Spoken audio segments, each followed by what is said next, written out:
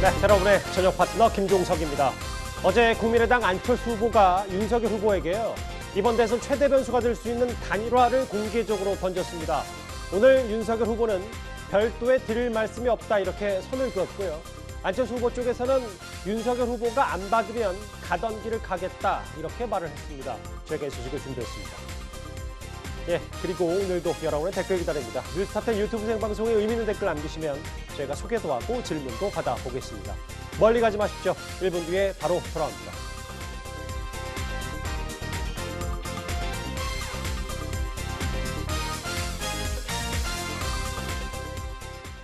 예, 오늘도 뉴스탑10이 자랑하는 뉴스 고수 네 분과 함께합니다.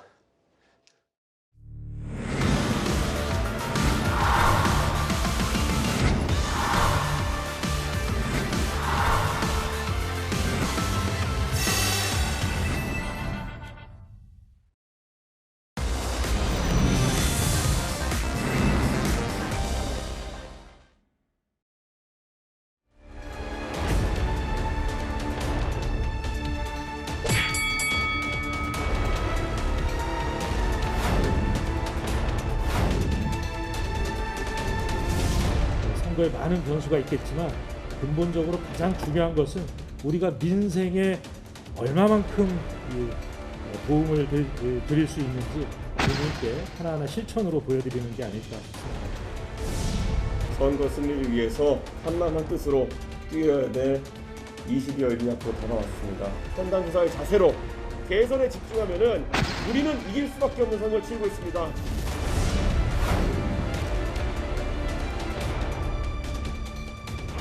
그런데 어떻게 감히 검사 나부랭이가 다시 국내의 지배를 받는 암흑한 과거로 돌아가게 됩니다.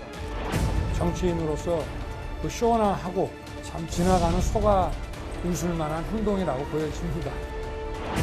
선조의 무능함과 그 불충스러움이 전쟁으로 수없이 많은 백성들을 죽음으로 몰았습니다. 자기들 편의대로 해석해서 자꾸 이슈화를 시키는 거 보니까 뭐가 많이 급하기는 급한 모양입니다.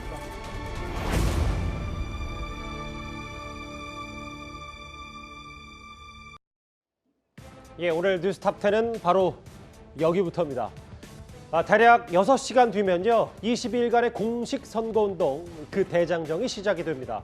여러 여론조사가 초접전 양상이기 때문에요, 각 후보들 방금 만나보셨던 것처럼 영혼까지 쏟아붓겠다 이렇게 사활을 걸고 있습니다. 구체적인 화면부터 먼저 만나보겠습니다.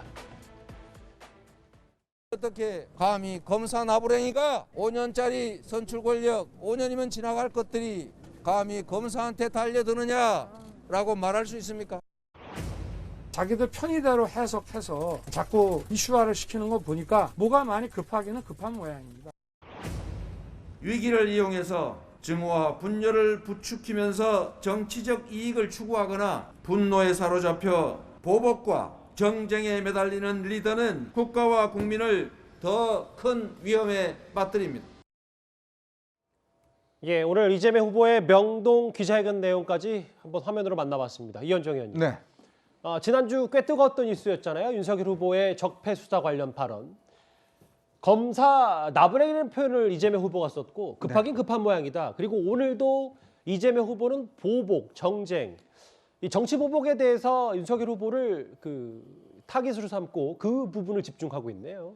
이 공식 선거운동 기간이 한 20일밖에 안 되거든요. 그러니까 많은 이슈들을 사실은 하기 어렵습니다. 아하. 그냥 보통 하나의 이슈가 실제 일반 국민에 전달되기까지는 뭐 요즘은 이제 워낙 이 SNS는 이게 빨라서 빨리 전달됩니다만은 거의 20일 선거 기간 동안은 각 캠프에서 보면 어떤 특정한 이슈 이거를 집중적으로 이제 제기를 해서 마지막에 어떤 표를 결집을 시키거든요. 예. 그런 면에서 보면 저는 이제 민주당의 이재명 후보 같은 경우는 이제 아주 원천적인, 즉 윤석열 후보의 어떤 검사 나부랭이, 그다음에 이제 복수 혈전, 노무현 대통령의 죽음, 아주 전통적으로 자기들 지지층들이 가지고 있는 어떤 본질적인 문제, 이거를 부각시키는 데 집중할 것 같아요. 또 하나 한다면 전쟁과 평화, 아하. 즉 남북 관계에 있어서 전쟁이냐 평화냐, 이 두 가지 저는 이슈로 이번 공식 선거 운동을 치르려고 하지 않는가. 지금 이제 이재명 후보가 그 연설한 것을 보면 이번 이제 공식 선거 운동 기간 뚜렷하게 이제 정치 보복의 문제, 사실은 이제 지금 뭐 명의라고 할 수가 없는데 이 여권 지지층들이 그동안은 보면 느슨하게 사실은 뭉쳐져 있었습니다. 근데 최근에 이제 문재인 대통령이 이 강력히 분노한다. 적폐 수사에 대해서. 사과를 요구했죠, 윤 그렇죠. 후보에게. 그 이야기를 함으로 인해서 실적으로 여론에서 상당히 어떤 면 결집 효과가 있다고 판단한 것 같습니다. 아하. 최근에 여론조사를 보면 그런 결과가 나타나기 때문에 그 부분을 집중적으로 함으로 인해서 고정 지지층들을 확실하게 묶어내는 작업. 그래서 이제 아마 이번 선거도 이 보복 수사, 그다음에 이제 여기서 이야기하는 검사 이런 어떤 이슈들을 집중적으로 부각시키지 않을까 그렇게 보고 그러니까 있습니다. 검사 이미지와 정치보복 이미지를 좀 더 씌워보겠다. 이게 선거 그렇죠. 전략의 초반 흐름이다 이렇게 보는 거군요. 뭐 아마 마지막까지도 이 흐름으로 아마 가지 않을까 싶습니다. 알겠습니다. 이재명 후보 방금 보셨던 것처럼 보복은 국민을 위협에 빠뜨린다면서 오늘 국민통합 차원에서 이승만, 박정희 두 전직 대통령의 묘역을 참배하기도 했습니다. 그런데 이재명 후보 5년 전과는 사뭇 달라졌습니다. 왜 박정희, 이승만 묘소에 대해서는 참배를 생략하느냐는 질문을 받았습니다. 이승만 대통령은 친일 매국 세력의 아버지이고 박정희 전 대통령은 군사 쿠데타로 국정을 파괴하고 인권을 침해했던 그야말로 독재자입니다. 친일 매국 세력의 아버지, 인권 침해한 독재자에게 고개를 숙일 수는 없었습니다.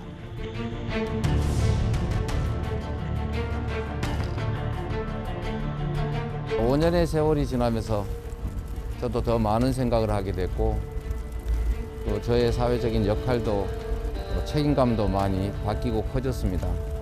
좋은 것도 나쁜 것도 역사의 한 부분입니다. 공은 길이고 과는 질책하되 역사의 한 부분으로 기억하는 것은 분명하다. 또 국민의 대표가 되려면 특정 개인의 선호보다는 우리 국민의 입장에서, 국가의 입장에서 어떤 것이 더 바람직한지를 생각해야 된다고 지금은 생각합니다. 화면에서 보신 것처럼 이재명 후보는 5년 전에 이승만 전 대통령은 친일 매국 세력의 아버지, 박 전 대통령은 독재자 이렇게 얘기를 했는데 앞서 뭐 5년 말씀하셨지만 이재명 후보도 말을 했지만 5년 동안 본인의 위치가 좀 달라졌다 이렇게 얘기를 좀 했어요. 네. 이승만 전 대통령과 박정희 대통령을 바라보는 이재명 후보의 생각이 바뀐 것은 아니고요. 예. 5년 전에는 일종의 뭐 마라톤 경기로 치면 페이스메이커처럼 본인을 한번 그 국민들에게 드러내놓는 이런 장이다 보니 예. 본인의 생각에 대해서 사실 덜 정제시키고 그대로 드러내도 되는 장이었다라고 하면 지금은 당선 가능성이 매우 높은 대통령이 될 가능성이 매우 높은 후보로서 예. 전체 국민들의 우려를 씻어내야 된다. 그리고 지금 이 시대의 가장 큰 문제가 국민이 진영으로 이렇게 분리돼 있고 분열돼 있고 한 이런 문제인데 이런 것들을 치유하기 위한 차기 대통령의 과제로서 본인의 가치와 철학과는 맞지는 않지만 그래도 대한민국 정부 수립의 첫 번째 대통령 이승만 대통령이 가지고 있는 상징과 그리고 약 18년 동안 정치적 독재자라고 하는 그런 과는 있지만 우리의 경제를 이만큼 성장시킨 또 공 또한 있는 거기 때문에 그런 모든 부분들을 안고 민주정부 사기를 새로운 길로 국민 통합의 길로 만들어 나가겠다라는 의지가 이 안에 들어가 있는 것 같습니다. 이것을 가지고 또 그때와 지금이 상황이 바뀌었다고 해서 생각이 바뀌었느냐라고 뭐 지적할 수 있는 부분은 아닌 것 같고요. 예. 누구든지 진영 대 진영의 대립으로 싸울 때는 예봉을 최대한 날카롭게 하지만 전체를 다 아우러야 되는 입장으로 갈 때는 그 최대한 그 예봉을 줄이고 품넓은 모습으로 가는 것이 바른 방향이다라는 생각을 가지고 있습니다. 근데 잠시만요. 그 복대변의 말씀을 듣다 보면 듣기에 따라서는 이재명 후보가 이 이승만, 박정희 두 사람에 대한 생각이 두 전직 대통령에 대한 생각이 바뀐 건 하나도 없는데 선거 전략 차원에서 이렇게 한다. 이렇게 들릴 수도 있는 부분 아닙니까? 그 얘기는? 위치와 입장이 바뀌었다라는 겁니다. 예. 마라톤에서도 페이스메이커는 결국 주자의 승리를 위해서 역할을 해줘야 되는 것처럼 당시에는 처음 도전하는 경쟁자로서 최대한 그 당시의 탄핵의 바람 속에서 개혁의 분위기와 그리고 문재인 대통령이 상대적으로 온건한 모습을 보이면서 본인은 더 개혁적인 모습을 보이면서 이제 경선에 임하고자 했던 그런 상황의 변화가 있는 것이고 그때는 누구도 경선에서 이재명 후보가 당선될 거라고 보지 않았지 않습니까? 그래서 사실상 덜 책임으로부터 가벼울 수밖에 없었는데 지금은 무거운 책임을 갖고 당선 가능성이 매우 높은 후보로서 국민들에게 신뢰받는 모습을 보여줘야 된다라고 생각하기 때문에 본인의 생각과는 다소 다르지만 국민의 입장에서 이런 행동을 보여야 된다라는 판단한 것 같습니다. 예. 근데 저는 사실 이런 부분은 본질적인 부분이어서요. 이제 50이 넘어서 나이가 저 정도 되셔가지고 이제 환갑 가까이 되셨죠. 근데 이런 분의 생각이 5년 만에 정치인의 생각이 본질적인 부분에 대해서 그렇게 바뀔 수 있는가. 그래서 이런 부분이 본인이 바뀌는 부분에 대해서 국민들한테 해명을 해야지 이게 뭐 선거 전략인지 모르겠지만 표를 얻을 수도 있다. 근데 전혀 해명이 안 되고 있다고 생각하는 게요. 예.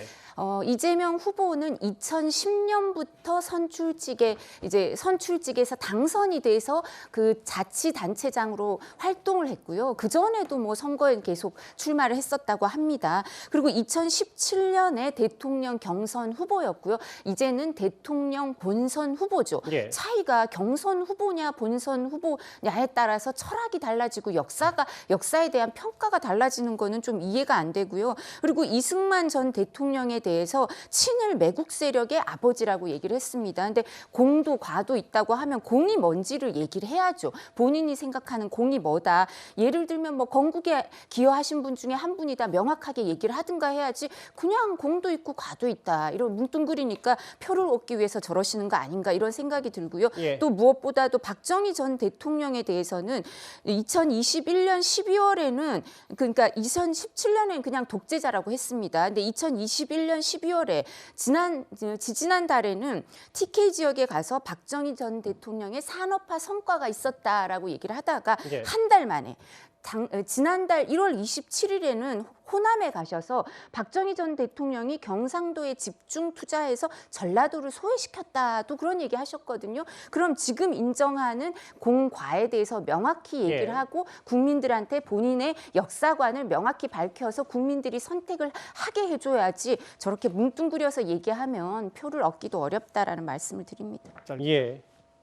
짧게 예. 말씀드리면요. 예. 과거에 노무현 대통령 시절에 이라크 파병 동의안을 국회에서 처리할 때 예. 일부 당시의 여당 국회의원들이 반대를 했었어요. 그때 노무현 대통령께서 뭐라고 말씀하시냐면 내가 지금 국회의원이었으면 나도 반대표를 던졌을지도 모른다라는 겁니다. 하지만 의원과 대통령의 알겠습니다. 그 책임이 다른 것처럼 이번도 똑같은 경우로 이렇게 판단해 주시면 될 것 같습니다. 본질이 바뀌었다라고 하는 것은 아닙니다. 그리고 오늘 윤석열 후보는 법무부 장관의 검찰총장 지휘권을 폐지하겠다 이렇게 말했습니다. 아마 예측컨대 검찰총장 시절 추미애 전 장관의 갈등 경험 때문일 텐데요. 화면을 보겠습니다.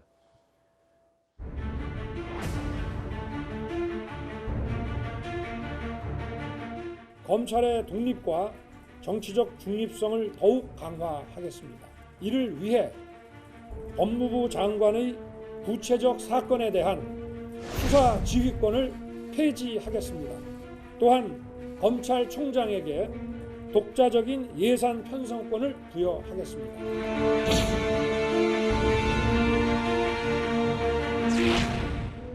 제가 위반한 것이 아니고요. 검찰총장이 저의 명을 거역한 것입니다. 장관의 말을 경허히 들으면 좋게 지나갈 일을 세상 지휘랍시고 해가 지고 일을 더 꼬이게 만들었어요. 알란드는 검찰총장 두고 일을 해본 적도 없고 밖에서 다 신문총장이라고 그러지 않습니까? 구체적 사건에 대한 수사 지휘는 여러분들도 많이 보셨겠지만 악용되는 수가 더 많습니다. 더 이상은 악용될 기회를 차단하기 위해서 윤석열 정부에서는 검찰의 독립성을 더 보장하겠습니다. 이승훈 변호사님은 어떻게 보셨어요? 아무래도 이 법무부 장관의 수사지휘권, 그러니까 검찰총장 수사지휘 폐지는 추윤 갈등, 이른바 추윤 갈등에 영향을 좀 미쳤다고 봐야 되는 겁니까? 저는 이게 잘못 선택하면 검찰공화국이 탄생할 수 있겠거나 무소불위의 그런 측면에서 굉장히 우려스러운 부분이 있고요. 또 정치보복에 어떤 우려가 있다고 보여집니다. 실제 검찰에 대해서 독립성과 중립성을 지킨다. 겉으로 보면 굉장히 좋은 말인데 예산 편성권도 검찰에 주고 그다음에 장관의 지휘권도 없애버리면 그러면 장관이 실물 장관이 되는 거잖아요. 그렇다고 한다면 결국에는 검찰총장이 모든 권한을 다 행사하게 되는데 검찰총장 출신이 대통령이 되고 자신의 측근을 총장과 중앙지검장에 앉힌다라고 한다면 굉장히 자신만의 어떤 세상을 만들 수 있다는 그런 우려가 될 수 있을 것 같고, 결국에는 그런 만약에 검찰 권력이 하나로 집중된다라고 했을 때는 결과적으로 문재인 정부를 적폐몰이해서 수사할 수도 있다, 이런 우려가 현실화되는 게 아닌가 싶고요. 예. 실제 공수처 말고도 검찰과 경찰이 고위공직자를 수사할 수 있도록 하겠다라고 하는 것은 실은 공수처가 없어지는 것과 마찬가지거든요. 조직과 예산에 있어서 다 검찰에 밀리기 때문에 결과적으로 공수처도 폐지하는 거 아니냐. 그리고 경찰은 영장 청구권이 없기 때문에 결국에는 예. 검찰로 권력이 집중되는 것이다. 그런 측면에서 굉장히 검찰공화국이 우려스러운 부분이 있다, 이렇게 말씀드립니다. 이현주 의원님은 어떻게 들으셨어요? 저는 결국 문재인 정부가 했던 이 일에 대해서 자업자득이라는 생각이 솔직히 듭니다. 왜냐하면요, 역대 우리가 법무부 장관과 검찰이 이제 생긴 이래, 건국 이후에 예. 수사지휘권이 행사된 것이 딱 한 번 있습니다. 아시겠지만 천정배 법무부 장관 시절에 강정구 당시 동국대 교수에 대해서 그때 이제 구속을 했을 때, 근데 왜냐하면 이분이 이제 북한에 갔다 와서 그 김일성 찬양하는 이제 글을 방명록에 쓴 적이 있거든요. 그때 당시에 이제 이 수사지휘권을 행사를 했고 결국 검찰총장이 사퇴하는 일까지 벌어졌어요. 왜냐하면 우리 건국에 처음으로 수사지휘권이 행사된 거니까. 예. 그만큼 그동안 보면 법무부와 검찰 관계는 검찰의 독자적인 수사 권한을 인정해 왔습니다. 그렇지만 법무부 장관은 뭘 하냐면 인사권으로 이런 법무부에 대한 통제를 해왔어요. 예. 그렇지만 구체적인 사건에 대해서 이렇게 배나라 감나라 수사지휘권을 행사한 적이 없습니다.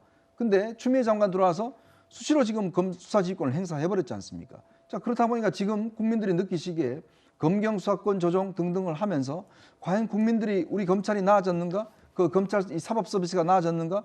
저는 굉장히 그렇지 않다고 봅니다.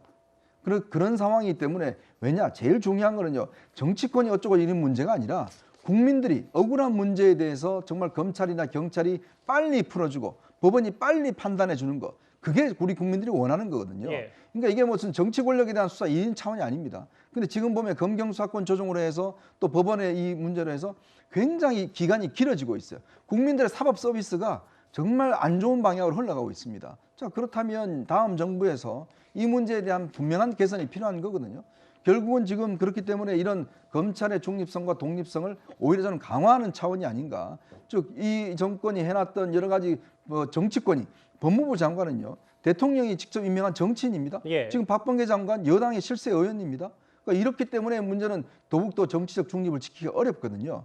그런 면에서 수사지휘권을 이거를 차단하려고 하는 것이 아닌가, 저는 그렇게 해석하고 있습니다. 두 후보의 오늘 주된 목소리를 한번 만나봤고요. 먼저요. 그런데 주말 새 윤석열 후보 사진 한 장이 꽤 논란이 되고 있습니다. 기차 유세 가운데 구두를 신은 채 좌석에 발을 올린 사진인데요. 여권에서 이제 맹공세에 나서는 그 시점에 이재명 후보를 둘러싼 사진도 하나가 공개됐습니다. 화면부터 보겠습니다. 이준석 대표와 함께 마주하고 있다가 이준석 대표가 방송을 통해서 옆에 있는 방송칸으로 이동하고 있었고, 제가 옆에서 관련된 내용들을 가지고 보고하고 있었던 상황이었는데, 다리에 잠시 불편함, 일부의 다소 경련 등의 불편함이 있어서 주변에 있는 제게 양해를 구하고 다리를 잠깐 올렸다가 내렸던 상황이었고요. 신발을 벗지 않고 신발을 신은 채 발을 뻗고 올렸지 않았습니까? 저는 그거는 우리 국민들 지적처럼 인성을 보여주는 것이다. 기본적인 시민의식도 없고 공중도덕도 없는 거다. 근데 이게 왜 문제냐면 퍼블릭 마인드가 없다는 거예요. 최소한의 시민의식, 공중도덕, 퍼블릭 마인드의 결여가 그대로 드러난 것이다. 이렇게 생각합니다. 방금 진성준 의원이 윤석열 후보 시민의식 없다, 공중도덕이 결여돼 있다, 이렇게 맹공을 퍼붓는데, 주말 새 있었던 이 사진 같이 만나볼 텐데요. 먼저 새로운 사진부터 보겠습니다. 이도하 변호사님. 네. 온라인 커뮤니티를 통해서 얘기가 됐고, 이긴 성남시 의원이 본인 SNS를 통해서 공개한 이 내용이거든요.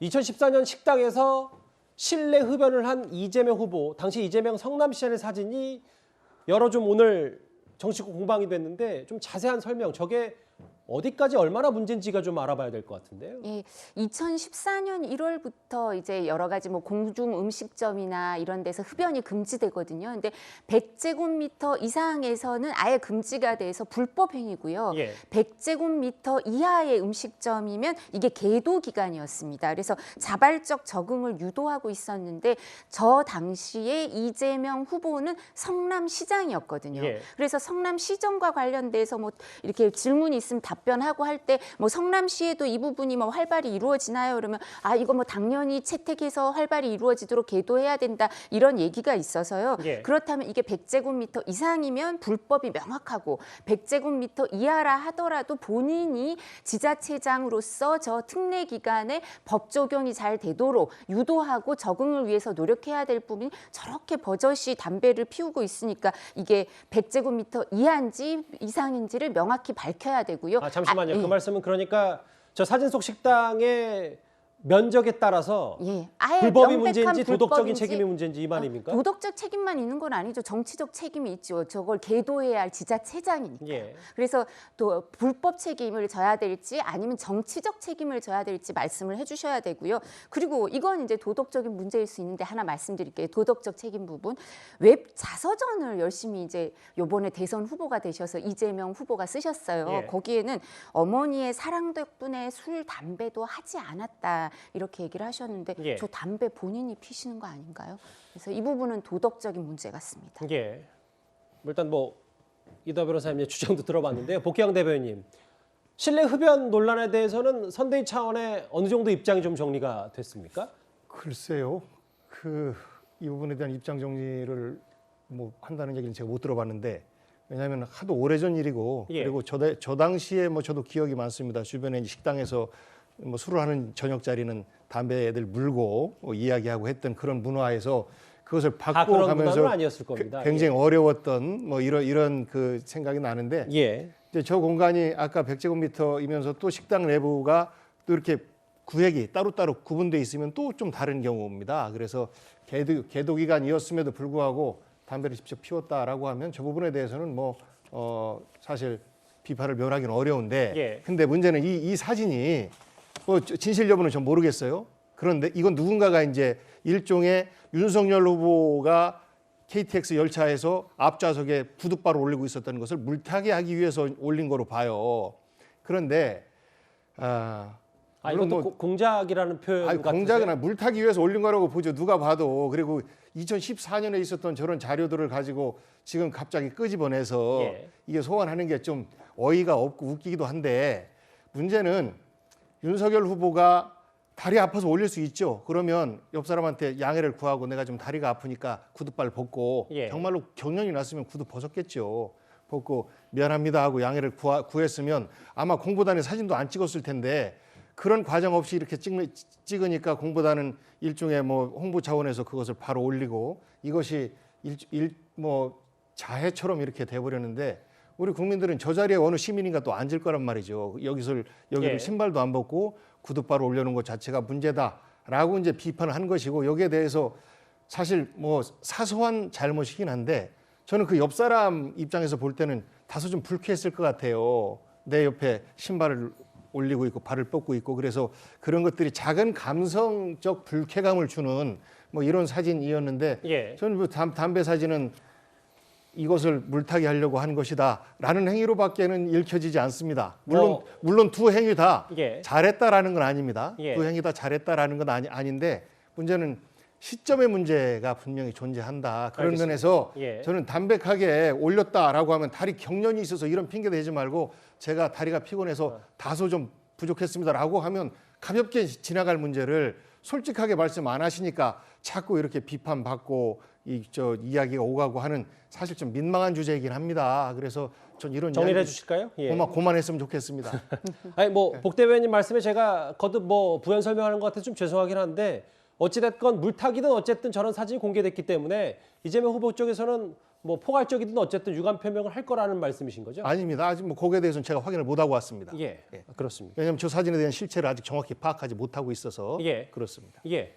예, 이제 우선 제가 말씀드렸지만 불법 책임을 질 건지 아니면 100제곱미터 이상이면 불법 책임이고요. 100제곱미터 이하면 정치적 책임을 져야 되고요. 예. 계도 기간에 모범을 보여야 할 지자체장이 모범을 보이지 못하고 있으니까요. 세 번째 아까 도덕적 책임 문제도 있죠. 본인이 술, 담배 하지 않았다고 했는데 저렇게 하고 계셨다면 근데 이게 사실인지 아닌지는 명확히 답변을 해주시면 돼요. 아, 술, 담배 하지 않았다고 내가 웹 자서전에 쓰지 않았냐. 나는 평생 저렇게 담배 피운 적 없다. 이렇게 명확하게 하시지. 저게 내가 술, 담배를 했나 안 했나 이게 헷갈릴 수는 없으셔서 그렇고요. 예. 지금 말씀하신 것처럼 열차에서 그렇게 하신 부분은 저희는 사과 표명을 했고요. 말씀하신 것처럼 그런 부분에 대해서는 저희도 명백하게 잘못한 거는 죄송하다고 말씀을 드리고 그리고 옆에 이제 김병민 대변인하고 이상일 후보 보좌역이 있었는데 이분들한테는 양해를 구했었다고 하고요. 저희가 전체 차량을 빌린 거여서 저희가 쓰다가 저희가 깨끗이 청소를 해서 알겠습니다. 반환을 합니다. 이현정 의원님, 네. 뭐 이게 비교를 하는 것조차 조금 사실 그럼에도 선거 앞두고는 이런 논란이 오히려 더 파괴를 끼고 휘발성이 있기 때문에요. 윤석열 후보 측의 이 해명 혹은 일부 매체와의 이재명 후보 측 인터뷰에 따르면 금연 계도 기간이어서 법에 저촉되는 행위는 아니었다. 이 발언 구두발 신뢰 흡연 어떻게 좀 보셨어요? 참 선거전이 치열하다 보니까 무섭습니다. 정말 이런 행동 하나하나가 다 노출이 되고 또 하나 판단이 되고 하는 거기 때문에 뭐 선거전이 치열하다 보니까 어쩔 수 없는 것 같아요. 양측에 어떤 식이든지 이걸 가지고 공개를 해서 흠집을 내야 되는 그런 차원이 있으니까 예. 저는 이런 문제는 뭐 분명히 잘못한 것이죠. 양쪽 다 있습니다.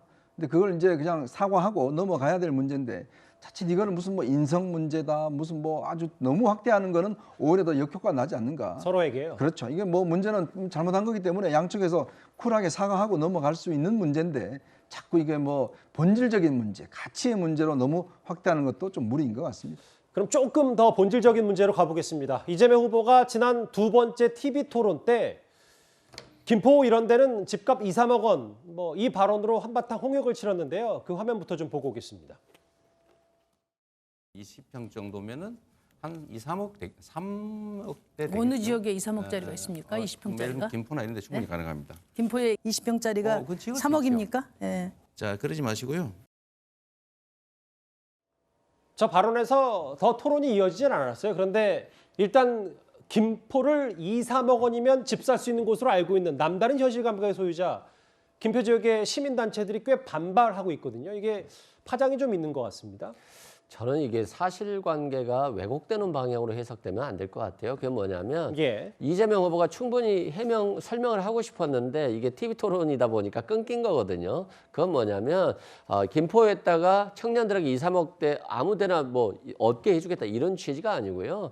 김포 지역에다가 예를 들어서 공공주택을 짓는다거나 청년주택을 짓는다거나 이런 걸 통해서 한 3억대 정도에 공급할 수 있겠다 이런 취지인 겁니다. 결국에는 원가로 토지를 조성하고 원가 아파트를 만들면 한 반값 정도 지금 김포가 한 4억, 5, 6억 정도 한다고 하던데요. 그런 측면에서 반값 아파트를 제공하겠다 이런 취지인 거고요. 절대 뭐 결코 뭐 김포를 무시한 발언이라고 저걸 볼 수 있겠습니까? 또한 TV 토론의 특성상 설명할 수 있는 기회를 끊어버렸기 때문에 여기서 끊긴 거다 이렇게 말씀드리고 실제 윤석열 후보 같은 경우도 반값 아파트를 얘기하고 있고요. 지금 주택 문제가 굉장히 크다 보니까 예. 주로 이제 역세권 부분에 어떤 공공주택 이런 것들을 굉장히 많이 지어서 청년과 무주택자들에게 주자고 하는 거니까요. 그런 취지로 해석하지 TV 토론의 좀 특성을 이해해 주셨으면 좋겠습니다.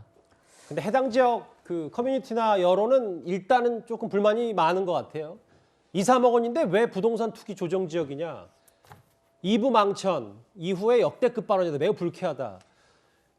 왜 분양가를 아무리 그렇다 토론이 길지 않다고 하더라도 이 발언을 한 것 자체가 과거 경기도지사를 지냈던 사람으로서 부적절하다. 뭐 이런 의견도 좀 이두하 변호사님 같이 있는 것 같더라고요. 예, 그러니까 이 부분도 이제 명확하게 좀 해명을 하시거나 아니면 유감 표명을 하시거나 사죄를 하면 좀 더 쉽게 넘어갈 수 있는 게 아닌가 해서 좀 안타까운데요. 이재명 후보가 뭐 경제 행정의 달인이라고 하시면서 그리고 경기도지사를 그만두신 게 얼마 안 됐죠. 작년 10월에 대선 후보로 선출되시고 나서 그만뒀으니까요.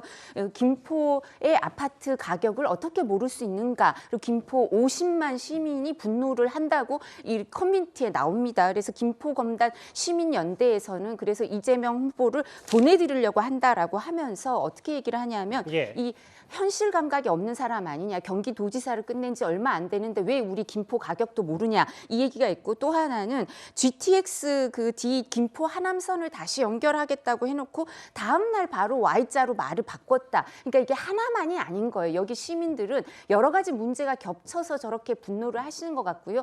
또 해명 과정에서도 김포 시민들한테 이렇게 감정을 건드리는 그런 부분이 있어서 계속 이 부분에 대해서 분노를 하시는 것 같습니다. 그리고 토론회도 저희가 저 모니터링을 열심히 했거든요. 근데 이승훈 변호사님께서 이제 안타까우니까 말씀을 저렇게 해주시지만 심상정 후보도 이재명 후보를 막 공격하고 싶진 않으셔서 약간 말씀을 헤매면서도 여러 번 여쭤봐 주셨어요. 아니 어디에 그런 게 있냐. 김포에 20평이 3억이란 말이냐. 여러 번 얘기하셨는데 그러니까 이재명 후보가 그러지 마시고요. 이렇게 얘기를 하시면서 이렇게 말씀을 하셔서 이 부분도 정확하게 몰라서 기억이 안 난 거냐 아니면 왜 그러신 건지를 좀 제대로 해명을 하셔야지 지금 시민들은 김포 시민들은 계속해서 이 해명에도 분노하고 계시는 것 같습니다.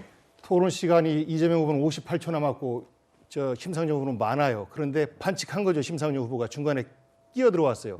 2, 3억이면 공급 가능한 아파트를 지을 수 있다라는 말의 결론인데 여기서 툭 치고 들어와서 2, 3억짜리 아파트가 있다고요? 라고 하면서 사실 본질을 왜곡시켰습니다.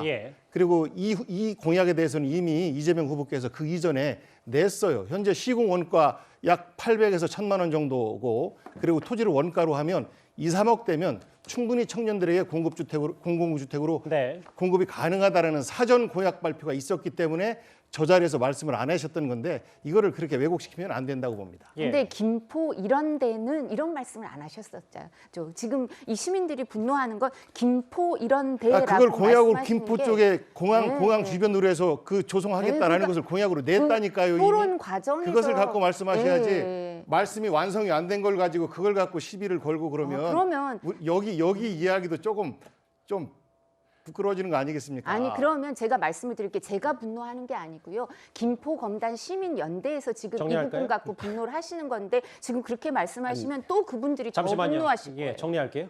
네. 화면이 바뀌었고 펀드 얘기를 좀 해보려고 했는데 알겠습니다. 대구 관련 그러니까 어찌 보면 김포의 집값, 대구는 아니죠. 김포 집값 관련해서도 지금 부동산 정책이 워낙 민감하다 보니까 각 후보들의 말 하나 혹은 그 수치 하나가 민감할 수밖에 없고 그러다 보니까 또 심상정 후보와 여러 얘기들 중에 또 이런 얘기가 있는데요. 제가 좀 끊었습니다. 이 정도면 정리가 됐고 다 이해하실 거라고 믿습니다. 펀드 얘기는 제가 그냥 짚고 넘어갈게요. 지난 9일에 공부할 때 이재명 후보 펀드가 750억 원 이상이었고 윤석열 후보 펀드도 뭐 500억 모금됐다. 뭐 각자 누가 많이 모았나 여러 경쟁도 있었는데요.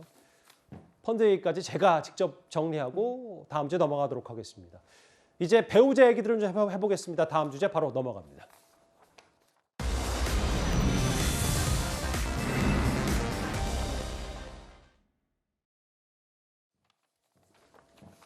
저희가 준비한 4위와 5위인데요. 내일부터 공식 선거운동이 시작이 되지만 이재명, 윤석열 두 후보의 부인들은 곧바로 유세에 합류하진 않을 것으로 보입니다. 본인들 의혹 때문일 텐데요.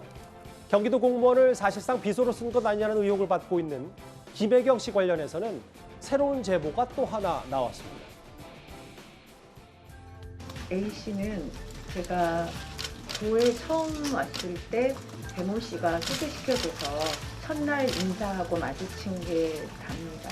그 후에는 소통을 하거나 만난 적이 없습니다. 배모 씨는 성남시장 선거 때 만나서 오랜 시간 알고 있었던 사이입니다. 오랜 인연이다 보니 때로는 여러 도움을 받았습니다.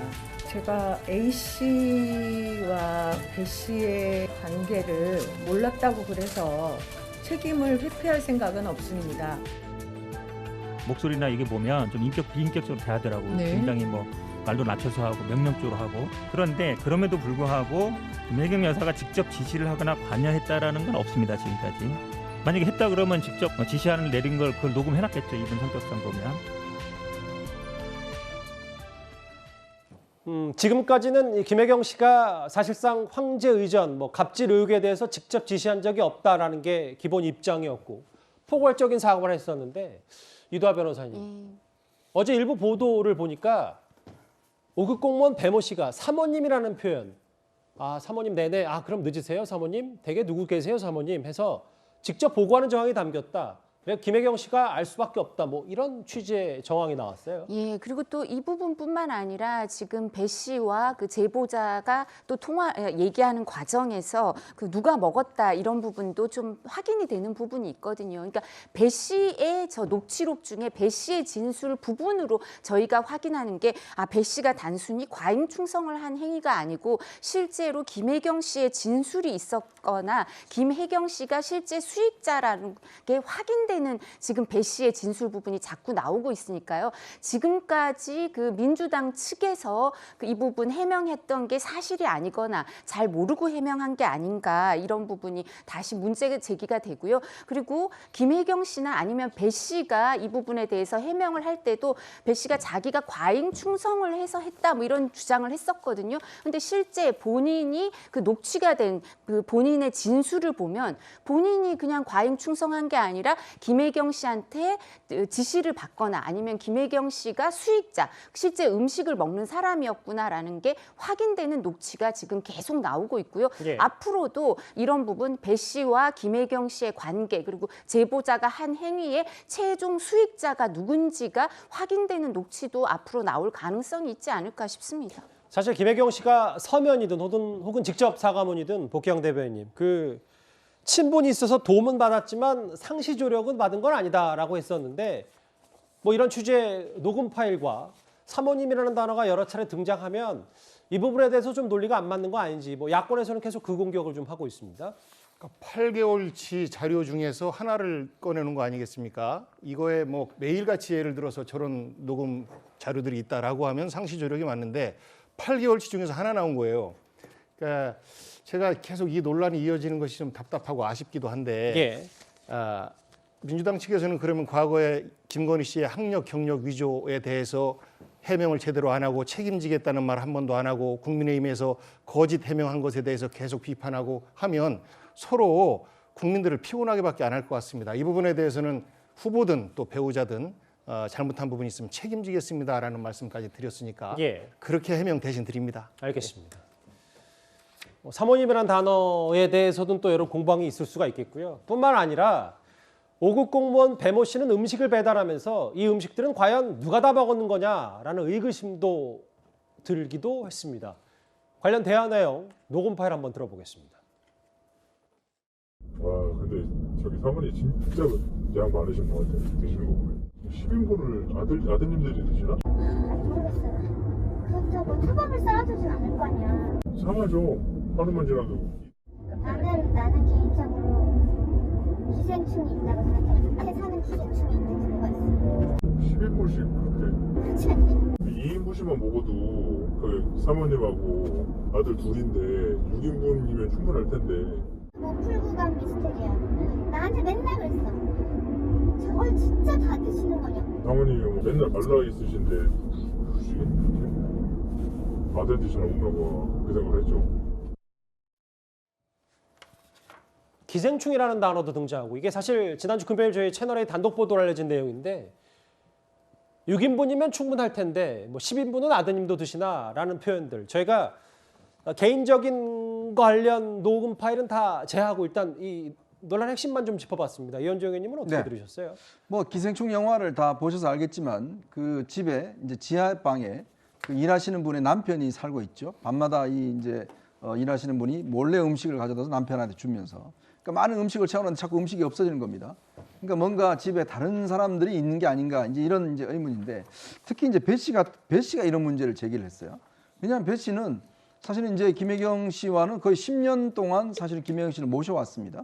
이제 그럼 아마 내부 사정도 그렇게 잘 알 텐데 그러니까 본인도 이게 의아해하는 거죠. 왜냐하면 이게 보통 단위가 보면 일단 12만 원 단위로 이제 구입을 하기 때문에 보통 한 10인분씩 이렇게 이제 또 뭐 샌드위치라든 이런 것들이 이제 많이 들어가는데 근데 우리가 보통 이제 초밥 같은 경우는 막 하루가 지나면 상하기 때문에 못 먹지 않습니까? 이제 그렇다 보니까 그것에 대한 이제 의문을 제기를 하는 거죠. 과연 그러면 김혜경 씨 집에서 어떤 일이 이제 벌어지는지 이 부분에 대해서도 배 씨도 이제 의심을 하고 있는 그런 이제 빛으로 보입니다. 저는 그런 면에서 보면 사실 지금 음식이 뭐 한두 번이 아니잖아요. 근데 예전에 이제 그 우리 김혜경 씨가 요리책까지 냈어요. 그 책자까지 냈습니다. 요리책까지 내면서 본인이 요리를 아주 잘한다 이렇게 냈거든요. 예. 그렇게 또 이미지가 또 본인 뭐 봉사하러 가시면서 사람들한테 음식도 이렇게 해주고 하는 모습 비춰봤어요. 근데 이 내용을 보면 도대체 김혜경 씨는 언제 요리를 할까? 좀 솔직히 그런 의심도 들어요. 예. 왜냐하면 이 보면 뭐 닭백숙이라든지 이런 게 뭐 수시로 들어가지 않습니까? 그러니까 그런 것들도 계속 구매를 하고 있기 때문에 글쎄요, 참 이게 어떤 면에서 보면 참 이중적이라고 할까요? 그런 면도 또 읽히고 있는 것 같습니다. 예. 녹음 파일 하나 더 들어볼 텐데요. 법인카드 유용 의혹 하나 더 있습니다. 5급 공무원 배모 씨와 제보자 A 씨의 대화 내용인데요. 하나 들어보겠습니다. 그게 조금 해? 응, 안 커요. 먹을 땐 있어? 테이블 한 3-4개밖에 안 모이던데 거기? 테이블 하나라도 있으면 돼. 테이크아웃 전문만 아니면 돼. 그 영수증 할 때 뭐 우리가 거의 포장으로 사잖아요. 네. 영수증에 포장이라고 안 나와야 돼요. 네. 저 그냥 내역만 달라고, 내역 없이 그냥 달라고 그래요. 금액만 나오고 그래서. 아니 내역에도 포장으로 나오는 게 있어.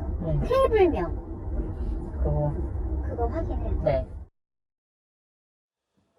영수증에도 포장으로 나오지 않게 좀 준비했다는 정황, 혹은 이 많은 양을 누가 먹었을까라는 배모 씨의 얘기, 이걸 또 어느 정도 좀 가름이 되겠습니까? 어떻게 좀 받아들여야 될까요? 저희가 뭐 민주당이 서울시장 보궐선거 때 생태탕을 자꾸 주장하다가 생태탕 선거가 됐었거든요. 그래서 이제 패배했었는데 지금 보면 뭐 초밥 대선이 되는 거 아닌가 이런 생각이 들고요. 이재명 후보나 그 부인도 사과를 수차례 드렸고 지금도 마찬가지고 감사나 수사를 받겠다는 입장이거든요. 예. 그런 측면에서 계속 매일 선거해야 되는데 매일 사과할 수는 없잖아요.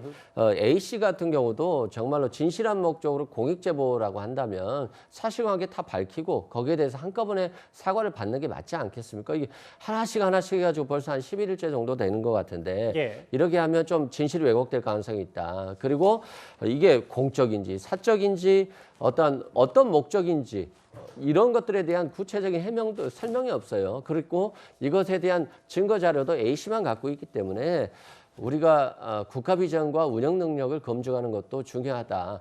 그리고 이게 너무 오랫동안 지속된다라고 보면 잘못하면 초밥 대선이 되는 거 아닌가 이런 비판도 있다 이렇게 말씀드립니다. 제가 잠깐 참견하자면 생태탕 논란은 당시에는 이제 당시 여당에서 제기했던 거고, 이거는 또 물론 뭐 야권에서도 공세를 하고 있습니다만 제보자 A 씨가 지금 주된 녹음 파일을 언론에 공개하는 거니까요. 그 차이점은 좀 있겠죠. 그렇습니다. 뭐 국민들은 실은 본질이 중요하다고 보여지거든요. 알겠습니다. 과거 민주당이 생태탕 주장을 했을 때 본질에 있어서 큰 의미가 없었기 때문에 오히려 역작용이 났다는 이런 측면에서 말씀드립니다. 그러면 김혜경 씨 관련 논란 관련해서 이 부분만 한번 짚고 갈게요. 오늘 일부 보도에 따르면 지난해 10월 이재명 지사가 대선 출마하기 위해서 경기도지사직을 사퇴한 이후에는 법인카드 대금 결제 승인 중에 이 결제가 없었다. 이 부분이 또 여러 반증 아니냐라는 얘기까지 좀 일부 보도를 통해서 나왔거든요. 예. 그리고 지금 이게 왜 중요하냐고 하시는데요. 이 부분에 대해서 김혜경 씨는 2010년부터 지자체장 배우자로 살아왔습니다. 그리고 2016년에 행안부 지침이 명확하게 내려가서 그 자치단체장의 배우자는 의전을 받을 수 없다. 관용차도 이용하면 안 된다라고 명확한 지침을 2016년부터 숙지하고 계실 분이에요. 그렇다면 그 이후에 하는 행위는 법적인 책임을 져야 되고요. 정치적인 책임을 지셔야 되는 거죠. 그러니까 검증의 대상인 거죠. 본인이 뭐 무한검증 받자고 하셨으니까 그렇고요. 그리고 또 무엇보다도 이건 공권력의 사유화 문제고요. 이런 문제는 뭐 이렇게 민주당 쪽에서도 스웨덴이나 이런 복지국가 좋아하시던데 1995년에 스웨덴의 최연소 여성 부총리가 최연소 여성 총리가 될 때요. 토블론 어페어라 그래서 그 초콜릿 토블론 아실 텐데 그것 때문에 그거 34만 원어치 뭐 기저귀랑 샀다고 해서 그 총리가 못 되거든요. 95년에 그런 일이 있었습니다. 그러니까 공적인 지위를 남용하고 그런 공금을 횡령했다는 문제가 생겨서 총리 지명이 안 되는데 이것처럼 지금도 법화 유형 얘기를 하셨는데 이게 지금 경기도는 업무 추진비를 홈페이지를 통해서 공개하는 게 7개 부처만 공개를 하고요. 예. 아주 느슨하게 공개해서 다른 도와 구별이 됩니다. 다른 도에 대해서 보다도 행안부 지침을 잘 안 지키고 있는 것 것 같다 이런 얘기를 예. 하는데 그중에 7개 부처 업무 추진비만 공개됐는데 지금 10몇 건 공개된 법카 이거 횡령이라고 의심되는 거하고 5개 부처에서 유용 처리를 해줬거든요. 그리고 저 부처의 책임자들이 총무과에서 해달라고 해줘서 해줬습니다. 아니 총무과에서 저걸 해달라고 한다고 해줄 사람들입니까? 왜냐하면 알겠습니다. 남양주에서 남양주 시장의 그 팀장이 그 커피 상품권을 한 20만 원어치 그 보건소 직원들한테 줬다고 그거 공금 횡령이라고 이 경기도지사 이재명 지사가 징계했던 분이거든요. 근데 그렇게 엄격한 예, 이재명 지사 정리해 주실까요? 치하에서 저런 일이 일어났다는 건 문제가 안 될 거다. 감사에서 적발이 안 될 거다. 이런 믿음이 있었던 거 아니냐. 경기도에 어떤 문제가 있었고 공권력이 예. 사유화됐는지 검증할 필요가 있죠. 지난 금요일 대선 후보 2차 토론회에서는 심상정 후보가 이재명, 윤석열 두 후보 배우자를 싸잡아서 비판했었습니다. 배우자 의전 문제는 이게 사생활이 아닙니다. 문제는 배사무 간의 인사권이 바로 이재명 후보였습니다. 제가 이 사안을 배우자 리스크가 아니고 이재명 후보 본인 리스크로 보는 이유입니다. 어떻게 생각하십니까? 변명의 여지 없이 제 불찰이고 제가 엄격하게 관리하지 못한 것이니까 다시 한번 사과드립니다. 자택을 수시로 오가면서 배우자 비서 역할을 했어요. 그러니까 사실 성남시장부터 11년간 사실은 배우자에게 비서실을 만들어준 거나 다름없습니다. 일전에 공개하신 우리 김건희님의 계좌와는 다른 계좌가 발견이 됐고 또 수상한 거래 내역도 지금 나온 것으로 보도가 되고 있습니다. 문제가 실제 없다고 하면 거래 내역을 공개하십시오. 무슨 거래 내역? 주식 양중대 범죄 의혹에 대해서 떳떳하지 못하면 그거야말로 양도구역 아니겠습니까? 그 부분에 대해서 제가 다 해명을 했고요. 떳떳하시면은 계좌를 공개하십시오. 네. 그리고요, 여권에선 김건희 관련 무속 논란 카드를 다시 한번 꺼내들었습니다. 국가 최고 지도자가 국례처럼 권력 남용하고 너 범인이구나 이런 세상 여러분 다시 겪고 싶습니까? 우리 모두가 샤머니즘의 희생자가 됩니다. 여러분 부채도사의 부채에 따라 여러분의 운명이 결정되기를 바라십니까? 윤석열 후보의 눈에 보이는 것은 경각에 달린 국민 안전과 생명이 아니라 그저 쇼밖에 못 본 것입니다. 건진 법사 말을 듣고 이마에 긴 털을 붙이고 나오지 않으면 거짓말도 뻔뻔하게 배짱 있게 하지 못할까봐 온 국민 앞에서 늘어놓는 말이 전부 다 날조된 거짓말이라는 것을 여러분 앞에 밝힐 수 있습니다.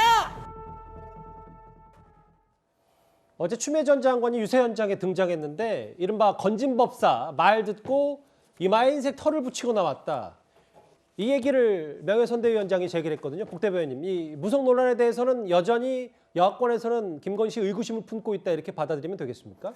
의구심이라기보다는 거의 팩트에 가까운 것 아니겠습니까? 예. 실제 그 네트워크 본부가도 건진법사 논란이 있으니까 얼른 없애고 예. 그리고 과거에 그분이 코바나 콘텐츠의 어떤 관계도 되고 그분의 딸과 처남도 또 코바나 콘텐츠와 선대위에도 또 관계가 되고 그러다 보니까 무속 논란으로부터 김건희 씨는 자유로울 수가 없어요. 거기에다가 지난번에 손바닥에 왕자 새기고 왔다가 이번에는 갑자기 없던 흰 그 눈썹 털이 하나가 이렇게 보여가지고 이것도 의혹제기, 우스갯거리처럼 이렇게 의혹제기가 되고 있는데 예.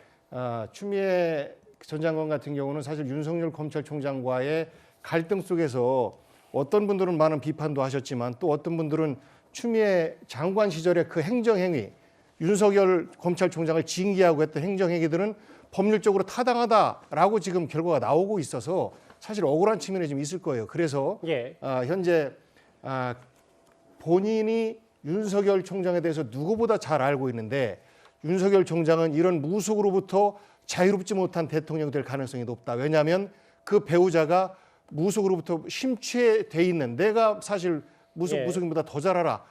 또 윤석열 후보도 끼가 있어. 이런 말씀을 김건희 씨가 직접 했지 않습니까? 그러다 보니 사실 시민들에게 그런 위험성 있는 후보를 대통령으로 만들면 우리 5년 내내 우리 국민 자체가 우리 국정이 무속으로부터 자유로울 수 없습니다. 라는 호소를 드리는 것이라 저 부분은 추미애 장관 입장에서는 얼마든지 언급 가능한 발언이 아닌가 싶습니다. 예. 아니 근데 건진법사나 뭐 왕자 그 이야기는 뭐 좋습니다. 근데 그거하고 힌트라고 무슨 상관이에요? 그걸 건진법사가 붙여줬다는 말입니까? 다 메이크업하고 들어가는데, 아니 저도 나이가 들면 이 눈썹에 가끔씩 이게 저 흰 눈썹이 생겨요. 그럼 저도 무속입니까? 방송할 때 들어와서? 아니 그걸 또 어떻게 아시죠? 추미애 전 장관은? 아, 본인이 뭐 무속에 모른다면서요. 근데 그게 흰털이 붙이면 그게 무슨 효과가 있는 거죠? 참 저는요, 정말 이런 저 문제 제기는 진짜 이거는 좀 너무 저급하다는 생각이 들어요. 아니, 우리가 생각해 보시면 나이가 들면 당연히 눈썹 같은데 흰 눈썹 생길 수 있지 않습니까? 그걸 핑계 잡아서 이걸 또 무슨 건진법사하고 연결시키고 무속하고 연결시키고, 저는 그 상상력이 놀랍습니다. 저는 전혀 몰랐던 일인데 어떻게 추미애 장관은 저 부분을 잘 하시는지 저는 참 이해가 안 되네요. 오늘 온라인상에서 뜨거웠던 얘기도 하나 만나볼까요? 사람이 꽃보다 아름다워로 잘 알려진 가수 안치환 씨가 신곡을 냈는데 대선을 앞두고 발표한 이 노래가 논란이 되고 있습니다. 먼저 한번 들어볼까요?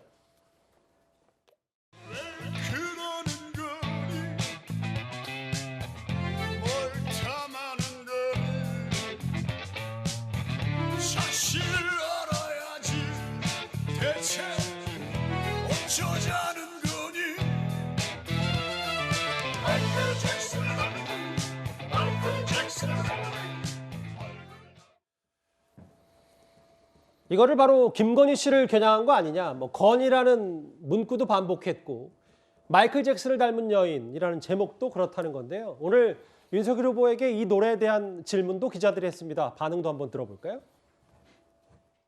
가족 일에 대해서 별로 논평하고 싶지는 않습니다만은 제 아내가 이런 저급한 공격까지 받게 되는 것에 대해서 제 아내에게 좀 미안한 마음이 큽니다. 그리고 마이클 잭슨이라는 분은 우리 지구 곳곳에 그 어려운 사람들을 굉장히 따뜻하게 보살폈던 그 위대한 뮤지션입니다. 그런 위대한 뮤지션을 이런 저급한 공세에 소환한다는 것이 너무 엽기적이고 참 그런 일을 벌이는 그런 분들의 인격과 그 수준에 참 어이가 없습니다. 윤석열 후보 직접 저급하다 라는 표현까지 썼어요. 안치환 씨도 얘기를 했는데 듣는 이의 몫이고 해석은 절박감의 부적처럼 만든 노래다, 이렇게 얘기를 좀 했습니다. 그렇습니다. 안치환 가수 같은 건 그런 것 같아요. 뭐 자신이 봤을 때 어떤 이 창작의 자유 또는 정치 표현의 자유로서 김건희 씨에 대한 어떤 비난적인 어떤 이런 것들을 하지 않았나 싶고요. 이런 부분도 어떻게 보면 예술의 자유 영역이라고 보여지고요. 실제 이제 윤석열 후보가 이것에 대해서 굉장히 강도 높은 비판을 했는데 뭐 가족이기 때문에 이해는 하겠습니다만 김혜경 씨에 대한 비판도 굉장히 많이 있거든요. 그런 측면에서 이러한 논란에 대해서 너무 감싸기 아닌가 이런 생각이 들고요. 실제 이제 김혜경 씨가 이런 부정적인 평가를 받게 된 이유는 또 본인의 잘못도 있지 않겠습니까? 예를 들어서 어떤 대학 교수 임용과 관련해서 초등학교나 중학교, 고등학교에 근무하지 않았는데 근무했다라고 하는 내용이 들어가거나 또는 애니메이션 대상을 수상하지 않았는데 수상한 자신의 수상작으로 가거나 또는 주가 조작과 관련해서도 국민들이 궁금해하는 계좌에 대해서는 아직 공개하지 않고 있기 때문에 이런 측면에서 아마 안치환 씨가 이런 걸 비판하기 위해서 쓴 게 아닌가 싶습니다. 예, 이도하 변호사님. 사실 이제 SBS의 EJ PD가 그 DJ DOC의 나에게는 관대하고 남에겐 막대하고 이 카드로 저 카드 맞고 이 노래 틀었다가 지금 하차했거든요. 그러니까 뭐 민주당이 압박을 했네, 전화를 했네 만에 그랬었는데 뭐 SBS에서는 공정성, 객관성이 훼손돼서 하차했다 이렇게 말씀을 하셨는데요. 그런 것처럼 사실 이렇게 비난에 대해서 이 부분에 대해서는 어떻게 보느냐 국민들이 판단하실 텐데 이렇게 EJ PD는 그 노래 한번 틀었다고 그리고 그런 의도가 아니었다 그랬는데 김혜경 씨가 생각난다고 하차를 하게 되고 그리고 이렇게 여성에 대해서 이런 저급한 비난까지 있었는데 이런 부분에 대해서는 뭐 할만하다라고 말하면 이 부분은 국민들이 판단하시고요. 보통 저런 문제가 나오면 물론 예술적 자유지만 사실 여성 단체에서나 모두 여성에게 왜 그렇게 저 외모 비하나 인격적인 공격을 하느냐 이렇게 한번 나설 법한데 여성 단체가 전혀 반응이 없는 것도 선택적으로 분노를 하나 이런 생각이 알겠습니다. 들기도 합니다. 앞서 이승훈 변호사님이 그 김혜경 씨를, 그러니까 김건희 씨 얘기를 하면서 주어를 김혜경 씨라고 했는데 뭐 모든 분들은 취지는 다 이해하셨을 테니까. 한 말씀만 드리면 아니 앵커가 SBS 앵커가 방송에 나와서 누구를 떨어뜨려야 된다라고 얘기하는 것은 심각한 선거법 위반이에요. 누구를 떨어뜨려야 된다고 그거하고 얘기한 적 없으세요? 단지 그건. 가수가 나와서 자신이 어떤 선거와 상관없이 자신의 표현을 주장하는 것은 뭐 일부 비판할 수 있지만 이건 불법의 문제는 아니에요. 그리고 김포에 대해서 2, 3억 얘기를 했었는데 이걸 왜곡해서 얘기를 거슬러 올라가지 하듯이 마십시오. 예. 네네. 아니 사드도 마찬가지예요. 윤석열 후보가 사드 설치한다고 정리할까요? 하는데 그 장소는 얘기하지 않잖아요. 그럼 뭐 윤석열 후보가 장소를 얘기하면 그 지역 주민들이 다 비판할 거 아니에요. 예. 이런 식으로 좀 논평을 하는 건 정리하겠습니다. 좋은데 예. 제 발언 취지가 좀 달리 해석되는 것 같아서 말씀드립니다. 예. 아니 제가 하나는 확인이 SBS PD가요 누굴 떨어뜨려야 된다고 그 이재익 PD 얘기 안 하셨어요? 이거 찍지 잘못 마세요 말씀하시면 했습니다. 찍지 마세요. 아니요, 그러니까 이게 김혜경 씨를 연상시켜서 그럼 이재명 후보를 찍지 마세요 이렇게 연상하면 재발적인 거라고 사람들이 생각을 하는 거죠. 정리할게요. 그리고 TBS의 김어준 씨는 나와서 이재명 후보 도와줘야 된다라고 말을 해도 그분은 그냥 방송 계속 하시니까 이런 정리하겠습니다, 지적이 진짜로요. 나오는 예. 거죠. 아니, 여기도 공식 선거 운동이 본격적으로 시작이 된 것 같습니다. 예, 뉴스탑 10 그동안 꽤 신사답게 잘 해주셨는데 오늘은 제 말씀을 잘 듣지는 않으셨어요. 정리하겠습니다. 배우자 리스크까지 만나봤습니다. 다음 주제는 이번 대선의 최대 변수가 될지도 모르는 이 얘기를 좀 해보겠습니다.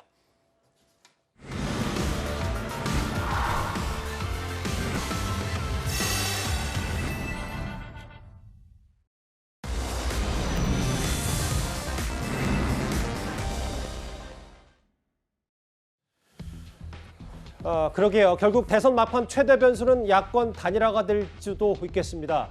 안철수 후보가 협상 방아쇠를 당겼지만 어제요.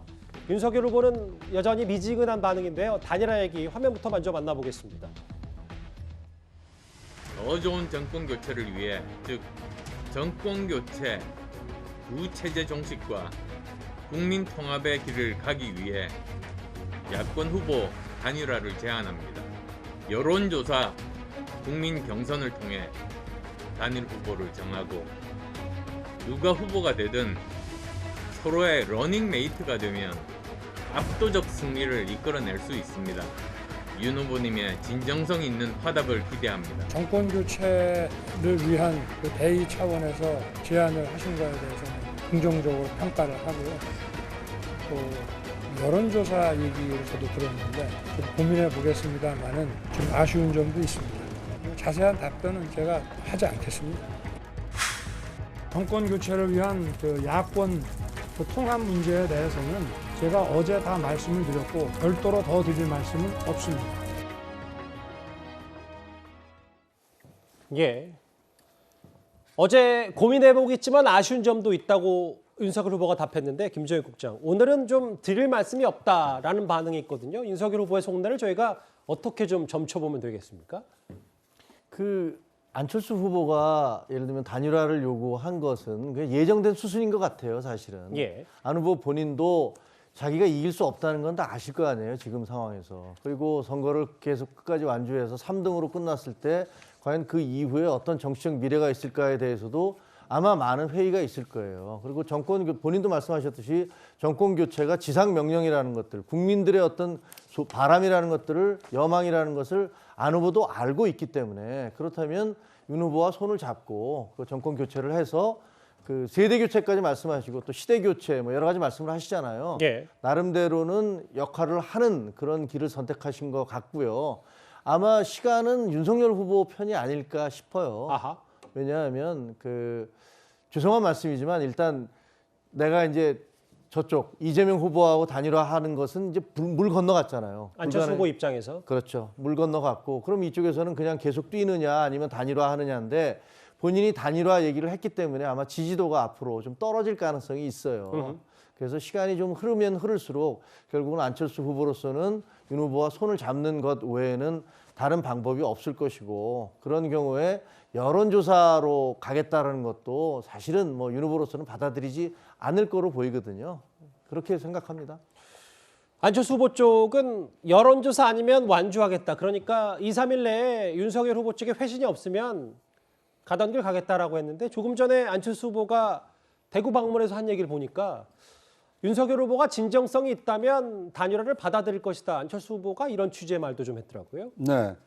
그러니까 이제 먼저 단일화를 요구한 사람이 약간 좀 불리하게 이 단일화 협상 국면이 흐를 수 있다 이런 예측이 많았는데 그럼에도 불구하고 안철수 후보가 먼저 단일화를 제안할 수밖에 없었던 것은 이 후보 등록까지 마친 상황에서 현 구도가 그대로 본선까지 갈 경우에는 이 국민 다수가 바라고 있는 이 정권 교체가 현실화되기 좀 어려울 수도 있다. 이런 현실 인식에서 비롯된 측면이 있어 보이고요. 또 단일화만 요구한 것이 아니라 지난해 4.7 재보궐선거에서 서울시장 이 단일화 과정을 이번에도 그대로 적용하자. 어떻게 보면 조건부 단일화를 좀 제안을 한 거거든요. 예. 이 단일화를 받을 것이냐 말 것이냐 이 결정은 이 안철수 후보가 제안한 조건을 수용하느냐 그렇지 않느냐에 따라서 이 판가름 날 가능성이 커 보이고요. 윤 후보는 아쉽다라고 하고 아직 조건을 수용할 의사를 밝히지 않았기 때문에 예. 아마 이 며칠 상간에 윤 후보와 안 후보가 직접 만나서 이 조건에 대해서 이 담판을 짓지 않을까 이렇게 예상을 해봅니다. 3일 남기면 안철수 후보 가던 길 가겠다라는 게 안 후보 쪽의 입장입니다. 국민의힘, 국민의당, 양당은 서로 통 큰 단일화를 해야 한다 이렇게 압박하고 있습니다. 야권 후보 단일화 과정에서 벌어질 소모적 논쟁이야말로 민주당과 이재명 후보가 가장 바라는 시나리오일 수 있습니다. 지금은 통 큰 단일화가 필요합니다. 별도로 여론조사를 해서 결정하자라고 하는 것은 순위 조작에 의해서 금메달 뺏어가는 동계올림픽의 그 모습처럼 비춰질 가능성이 있기 때문에 역선택 방지 조항이 없는 그 방식에 의해서 윤석열 후보도 대선 후보가 됐고 이준석 대표도 당대표가 된 겁니다. 상대는 아직도 양보를 요구합니다. 그리고 사퇴까지도 요구합니다. 단일화에 대한 의지는 없다라는 판단을 내리는 것이 합리적이라고 생각합니다. 잠깐 설명을 해드리자면 안철수 후보가 제안한 방식은 작년 서울시장 보궐선거 때와 같은 적합도 반, 경쟁력 반, 여기에 역선택 방지 조항은 없는 겁니다. 모르겠어요. 그렇게 여론조사를 돌리면 어떻게 나올지. 그런데 이현정 의원님. 네. 일단 안철수 후보 쪽에서는 최근에 만약에 두 사람으로 단일화를 한다면 누구 쪽에 손을 좀 들어줄 것인가. 안철수 후보가 우위에 있는 것도 좀 몇 개 있었기 때문에 이 부분을 좀 강조하고 있는 것 같더라고요. 그렇죠. 안철수 후보가 지금 어떤 면에서 보면 믿는 구석이라고 하면 바로 이런 여론조사죠. 지금 이제 양쪽을 붙었을 때 안철수 후보 본인이 이길 수 있는 여론조사가 있다는 게 이제 나오는 것인데요. 그런데 이렇게 여론조사로 단일화하는 것은 우리가 저는 기본적으로 이 원칙에 동의하지 않습니다만은 예. 양쪽이 좀 비슷비슷할 때 사실은 우열을 가릴 수 없을 때에 이제 여론조사를 통해서 판단하는 것이거든요. 그래야지만 이 양쪽이 다 승복할 수 있고 시너지 효과가 날 겁니다. 근데 지금 상황은 저는 그렇게 보진 않아요. 왜냐하면 이 전체 여론조사 해봤을 때 윤석열 후보가 안철수 후보보다 몇 배나 일단 이 지지도가 높지 않습니까? 그런 상황에서 만약에 이게 뒤집어진 결과가 나온다고 하면 과연 국민의힘 지지자들이 이걸 수용을 할까요? 즉 지금 안철수 후보는 의석이 3석밖에 안 되고 전국적인 새도 없습니다. 자, 그런 상황에서 국민의힘 제1야당의 후보가 만약 안철수 후보로 단일화 된다 그러면 그걸 승복을 하고 갈 수 있을 것인가? 저는 굉장히 부정적으로 보거든요. 그랬을 경우에 지금 안철수 후보가 이걸 믿고 이제 단일화하지만 이 지난번 4.7 재보궐선거하고는 상황이 좀 다른다고 저는 봅니다. 그런 상황에 봤을 때는 예. 결국 여론조사라는 게 사실은 그렇지 않습니까? 우리가 참고 잘하잖아요. 저게 어떻게 정확하다고 이야기할 수가 있겠습니까? 투표하는 것도 아닌데 그걸 가지고 예를 들어 정말 대통령까지 결정한다? 저는 이거는 좀 넌센스라고 보는 것이고 그렇기 때문에 아마 이거는 안철수 후보가 계속 요구를 하겠지만 저는 윤 후보 측에서는 이런 방식의 여론조사를 받아들이기는 어렵다고 봅니다. 그럼 보수 유권자에게는 그럼 정권교체에 힘을 좀 덜 받는 거 아닌가라는 생각을 일부도 할 수 있고 김병욱 국장 좀 정리를 해주신다면 어떻게 보십니까? 저는 결국 안철수 후보가 그 여론조사가 아닌 방법으로 단일화를 할 거라고 예상을 합니다. 아하. 왜냐하면 본인이 발표한 그 성명서를 보면 그런 내용이 다 포함되어 있어요. 차기 정부의 국정 비전과 혁신 과제를 국민 앞에 공동으로 발표하고 예. 윤석열 후보와 함께 하자는 거죠. 그다음에 이행할 것을 약속하자. 그리고 단일화로 여론조사로 후보를 전하고 서로의 런닝메이트가 되면 압도적 승리를 이끌 수 있다 이렇게 얘기했는데 여기서 사실 가운데 여론조사 부분만 빼고 제가 보기에는 협상 진행 과정이 윤 후보가 안 후보하고 만나서 아마도 국정비전과 혁신과제를 공동 발표하고 예. 내가 당신을 런닝메이트로 삼겠다는 걸 국민들한테 말씀드리고 그리고 우리 약속은 이행될 것이다. 이렇게 하면 안 후보는 결국은 들어올 것이다. 그런 시나리오로 가지 않을까 그런 생각이 들어요. 그렇게 전망하시는군요. 알겠습니다. 단일화 국면이 일단 야권에선 마련이 됐는데 이 흐름이 어떻게 될지 저희 한번 잘 지켜보겠습니다.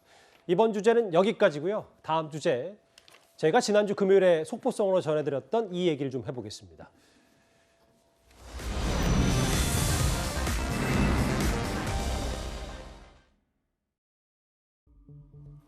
박근혜 전 대통령이 일주일 뒤쯤에 퇴원 후에 고향인 대구로 내려갈 것으로 알려졌죠. 그런데 주말 새 박 전 대통령 지지자들이 이곳 달성 사저로 몰려들었습니다. 국민 여러분, 돌이켜보면 지난 18년 동안 국민 여러분과 함께했던 여정은 더없이 고맙고 소중한 시간이었습니다. 단 한순간도 저의 사익을 추구하지 않았고 작은 사심도 품지 않고 살아왔습니다. 저는 이제 모든 것을 내려놓았습니다. 방송이 나오길래 그래 궁금해가지고 한번 이래 와봤지. 또 온다고 이래 소문이 나길래. 그래 마음이 뿌듯해요. 달성군에 여기 오신다니까 마음이 잡잡해요. 그러네. 집을 질 때 소문이 났었어요. 박근혜 전 대통령께서 여기 온다 하는 소문이 났는데. 만약에 실제로 박 전 대통령이 사저에 도착을 한다면 또 얼마나 많은 지지자들이 몰릴지 예상도 좀 되는데요. 일단 사실관계부터 먼저 확인해 보겠습니다. 구자홍 차장. 네. 유영하 변호사의 말에 따르면 현재 계약금만 지불했고 잔금 낼 방법을 찾는 중이다. 그러니까 이 사저에 대해서 계약금만 낸 상태다. 그럼 잔금은 어떻게 되는 건지 좀 알아봐야 될 것 같은데요. 네. 일단 이제 박근혜 전 대통령은 이 추징금 같은 경우는 이제 사면복권이 됐기 때문에 이제 더 이상 그 납부할 의무는 없는데, 그런데 이제 국민 정서가 남아 있기 때문에 아마 이게 자기 이 재산으로 집을 산다 하더라도 그거에 대한 아마 여론이 어떻게 흐를지 그것도 좀 면밀히 살필 필요가 있어 보이고요. 아마 이제 다른 방법을 찾을 수도 있다고 봅니다.